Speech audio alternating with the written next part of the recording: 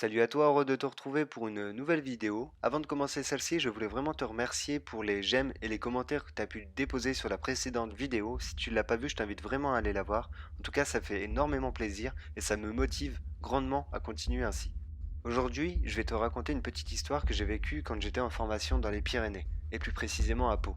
Tu te doutes bien que quand je suis arrivé dans cette région, qui était nouvelle pour moi, j'ai tout de suite voulu explorer cet endroit. Je me suis donc très vite rendu dans la vallée d'Ossau qui est celle qui est la plus proche de Pau.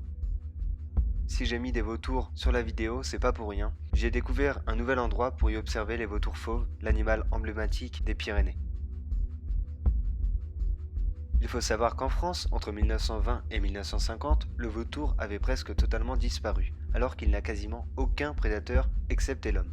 Cette disparition est donc liée directement aux activités humaines. À cause du déclin du pastoralisme, de la collecte de cadavres, de l'empoisonnement, de la chasse et du dénichage d'œufs. Bref, dans les Pyrénées et plus précisément dans la réserve naturelle de la vallée d'Ossau, se trouve un site nommé la Falaise aux Vautours. C'est un site protégé qui a pour objectif principal de favoriser la reproduction de la colonie de vautours fauves. Je suis donc parti tôt le matin en randonnée durant une partie de la nuit et j'avais comme objectif d'arriver sur les hauteurs de la falaise pour y observer les vautours et pourquoi pas les photographier.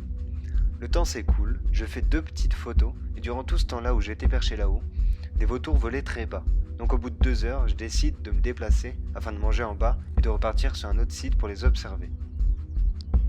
Je repars donc sur un autre sentier pour retenter ma chance. Les vautours dans un premier temps volaient à quelques centaines de mètres au-dessus, mais au fur et à mesure que je montais, ils étaient de plus en plus proches. À bonne hauteur, je pars dans un petit chemin avec une vue très dégagée. Énorme surprise en voyant à travers mes jumelles des dizaines de têtes de vautours dépassées au sol et un monsieur non loin d'eux accompagné de quelques personnes.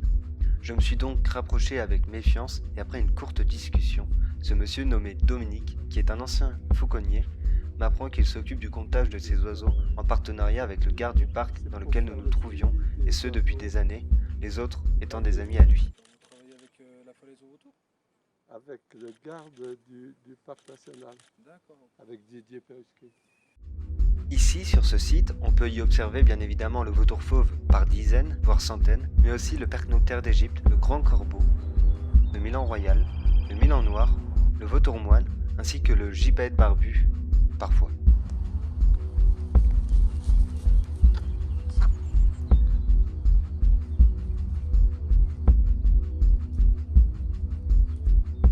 Tous sont des charognards et ont un rôle bien précis. De là se crée une chaîne très intéressante sur le nettoyage d'un cadavre que l'on a pu très bien observer. C'est donc durant la majorité de ces journées qu'il consacre depuis des années son temps pour découvrir ces animaux.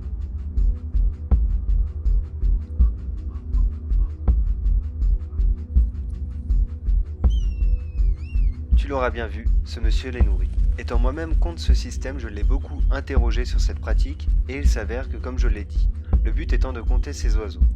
Il fallait donc, avec une certaine assiduité de sa part, venir régulièrement pour voir leur évolution et leur comportement. Il m'a expliqué que c'était les déchets du boucher du coin et qu'il en récupérait qu'une petite quantité.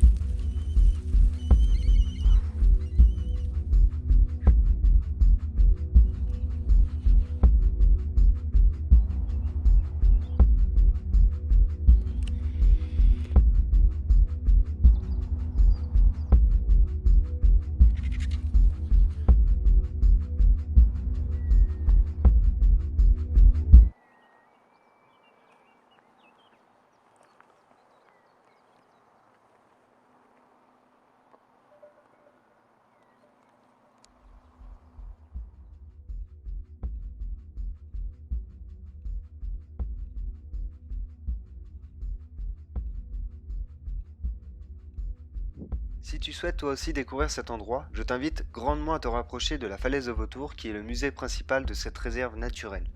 Ils t'apporteront toutes les connaissances et te permettront d'observer ces animaux en toute quiétude. Un énorme merci à ce monsieur pour sa contribution et son engagement auprès de ces bêtes qu'il considère comme sa famille tellement il s'y est attaché. Merci aussi à toutes les connaissances qu'il a pu m'apporter. Et pour finir, un grand merci à toi qui as regardé la vidéo jusqu'au bout. N'hésite pas à mettre un petit pouce bleu si la vidéo t'a plu, un commentaire si tu as des suggestions ou des choses à me dire, et surtout, pense à t'abonner. A bientôt dans une prochaine vidéo.